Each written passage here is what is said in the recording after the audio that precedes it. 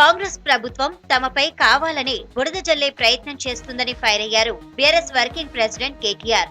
60 ఏళ్ల గోసను 10 ఏళ్లలో మాయం చేసి చూపించామన్నారు. లక్షల మంది ఉద్యోగులు, కోట్ల మంది ప్రజలు, కేసీఆర్ నేతలంతా కలిసి చెమటోర్చి తెలంగాణను అత్యున్నత స్థాయి రాష్ట్రంగా తీర్చిదిద్దామని చెప్పారు. 10 ఏళ్లలో ఎంత అభివృద్ధి సాధించామన్నది తెలియాలంటే అంతకుముందు ఏం జరిగిందో తెలియాలన్నారు కేటీఆర్. తెలంగాణ భవన్ లో 9 ఏళ్ల బీఆర్ఎస్ పాలనపై శ్వేతపత్రం రిలీజ్ చేశారు మాజీ మంత్రి, ఆ party working president KTR. Telangana రాష్ట్రంలో కొత్తగా ఏర్పడ్డ ప్రభుత్వం ఏదైతే ఉన్నదో ఉద్దేశపూర్వకంగా బీఆర్ఎస్ పార్టీని గత 10 సంవత్సరాల కేసీఆర్ గారి నాయకత్వంలోని పరిపాలనను బదనాం చేసే విధంగా, ప్రజల్లో అపోహలు, అనుమానాలు సృష్టించే విధంగా కొంత ప్రయత్నం నిన్న మొన్న తాత్కాలికంగా బురద జల్లడానికి చేసిన విషయం మీకు తెలిసిందే. 10 ఏళ్లు చెమటోడ్చి రక్తాన్ని రంగరించి వందల వేల గంటలు పనిచేసి ఒక్క మా ప్రభుత్వంలోని మంత్రులు, ఎమ్మెల్యేలు మాత్రమే కాదు, మా ముఖ్యమంత్రి గారు మాత్రమే కాదు, లక్షల మంది ఉద్యోగులు, కోట్ల మంది ప్రజలు తమ స్వేదంతో, తమ కష్టంతో, తమ చెమటతో ఈ రాష్ట్ర అభ్యున్నతికి ఏ రకంగా తోడ్పడ్డారో, ఏ రకంగా ముందుకు తీసుకొని పోయినారో చెప్పవలసిన బాధ్యత ఈ స్వేదపత్రం ద్వారా మా మీద ఉన్నది కాబట్టి దీన్ని స్వేదపత్రం అన్నాం. అసెంబ్లీ ఎన్నికల ఫలితాలపై సమీక్ష చేసుకుంటున్నామన్నారు BRS working president KTR. Social మీడియాలో తమపై తప్పుడు ప్రచారం చేశారని విమర్శించారు. తాము చేసింది చెప్పుకోలేకపోయామన్నారు. కాంగ్రెస్ సర్కార్ 100 రోజుల కౌంట్ డౌన్ మొదలైందన్నారు.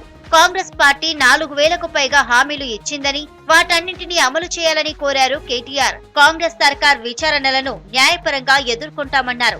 అత్యధికంగా భారతదేశంలోనే నిరుద్యోగులకు ప్రభుత్వ ఉద్యోగాలు ఇచ్చాం, కానీ చెప్పుకోలేకపోయాం. వాళ్ళ వరకు ఆ విషయం చేరలేకపోయింది. ఈ యూట్యూబ్లో కొంతమంది బట్టకాల్చి మీదేసే ప్రయత్నం చేస్తే దాన్ని నివారించలేకపోయినాము. 1.85% తేడాతో మేము ఓడిపోయాం. 100 రోజుల్లో చాలా చేస్తామని చెప్పారు. మరి 100 రోజుల కౌంట్ డౌన్ ప్రారంభమైంది. తప్పకుండా 100 రోజుల్లో ఇచ్చిన అన్ని హామీలు అమలు చేయాలా. ప్రజల పక్షాన నిలబడతాం. ఒక దీపస్తంభం లాగా మారిన తెలంగాణని ఆరనివ్వం, పడిపోనివ్వమని చెప్తా ఉన్నాం. భారత రెజ్లింగ్ ఫెడరేషన్ ను కేంద్ర ప్రభుత్వం సస్పెండ్ చేయడంపై సంతోషం వ్యక్తం చేశారు ఎమ్మెల్సీ కల్వకుంట్ల కవిత. మహిళా రెజ్లర్లు అంతర్జాతీయంగా సత్తా చాటి దేశానికి పేరు ప్రతిష్టలు తీసుకువస్తున్నారని చెప్పారు. అలాంటి రెజ్లింగ్ ఫెడరేషన్ పారదర్శకంగా ఉండాలని ట్వీట్ చేశారు ఎమ్మెల్సీ కవిత. కేంద్రం తీసుకున్న నిర్ణయం రెజ్లింగ్ ను మరింత బలంగా మారుస్తుందని ఆశిస్తున్నానని తెలిపారు కవిత. మోసపూరిత హామీలు, వారంటీలు లేని గ్యారంటీలతో కాంగ్రెస్ అధికారంలోకి వచ్చిందన్నారు రాష్ట్ర ప్రణాళికా సంఘం మాజీ ఉపాధ్యక్షులు వినోద్ కుమార్.